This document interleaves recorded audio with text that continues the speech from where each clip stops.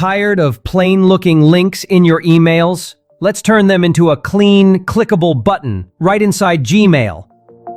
Start by hitting Compose to write a new email.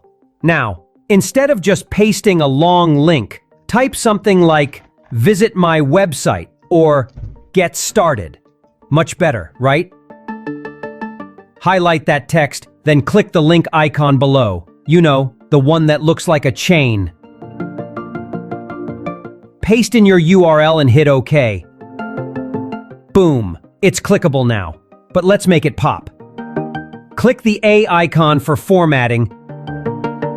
Change the text color to white.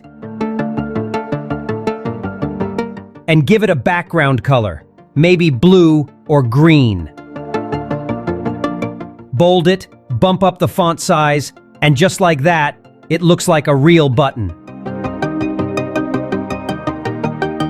Send a quick test email to yourself to check it out. And yes, it works perfectly on mobile and desktop.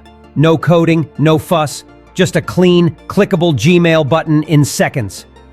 If this helped, tap like, hit subscribe, and stick around for more easy email tips.